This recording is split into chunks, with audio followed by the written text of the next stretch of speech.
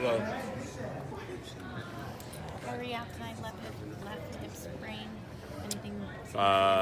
Yeah, so he woke up. He felt actually better yesterday, but then woke up stiff and sore today. Went over, checked him out. I think it's from a fall in the first half of the game against Golden State. Don't think it'll be anything long term, but certainly will be day to day this week. So we'll see after tonight how he feels tomorrow. Are there any plans for him to get any testing or anything like that? Not that I've been told. So, but I didn't ask that specific question. Terry will start tonight? Terry will start. Yeah. I know your message to the team is move on, win or loss. Have you been pleased with how your team's kind of moved past Golden State? Yeah, I think we'll find out. This is a really hard team to play against. They're hot. They've been one of the better teams in the East over the last 2 months.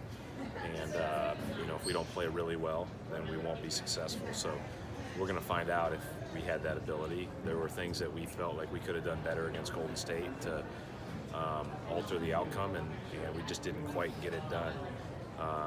But that's life in the NBA, and you better be able to move on to the night. What do you take away from the last time you played? Because they went up big, but you guys were able to make more of a game in the final fourth quarter than a few minutes. I thought our guys played really hard, but I think that's the easiest time to play is when you're down that big and the other team has got all the pressure in the world, because the only thing they can do the rest of the game is not win the game, and so that's a lot different pressure when you're up 27 with 10 minutes to go, and so they smashed us in the third quarter. That's it. I thought we actually probably played as well defensively in quarters 1, 2, and 4 as we have at any time really all year, but the third quarter we weren't very good, and they took advantage of us.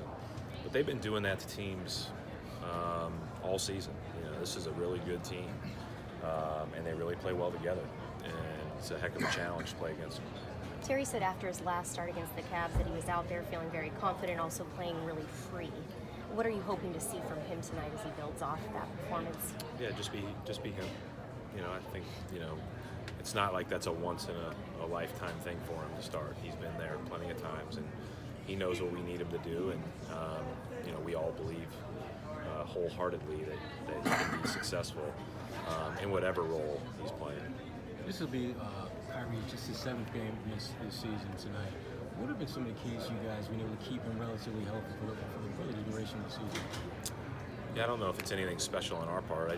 He's very open and candid when he's not feeling great, and we're very alert to that and want to make sure that we prioritize not only the short-term health, but obviously the long-term, and especially with a guy that we're going to sit him 8 to 12 games anyways, and so when he does have nicks and bruises, it makes sense to sit. Now this one seems a little bit bigger than that, and again, I don't anticipate it being long-term, but I don't know about Wednesday yet. So and Al's the same way. A number of our guys will fall into that boat, and we need to make sure that as much as we're striving for today, that we keep the big picture in mind with those guys. Coach, big news today. Anthony Davis has requested a trade from the Pelicans. I know obviously you can't comment specifically, but what's your reaction when you hear something like that? That I can't comment. How do you deal with that in general, with the trade deadline coming up, when the Celtics start to be mentioned in terms of these things and a lot of these guys' names meant to be mentioned? How have you dealt with that over the last couple of years in terms of talking to them about what's true, what's not, Danny doing the same?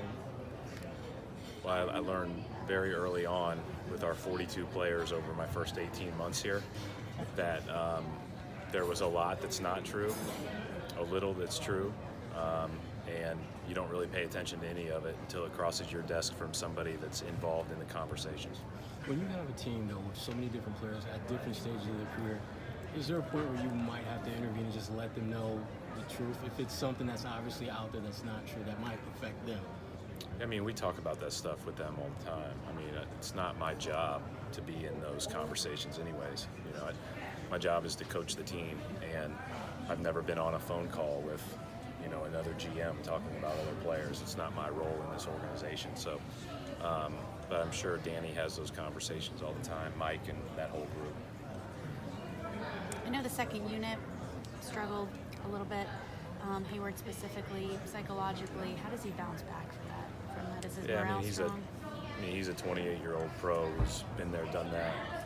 you know, I don't have a concern about guys bouncing back. I mean, that's part of, you know, why these guys are all special, unique athletes and have been able to achieve at this level. So, but yeah, I mean, they were hungry to play again after the game was over, which is a good thing.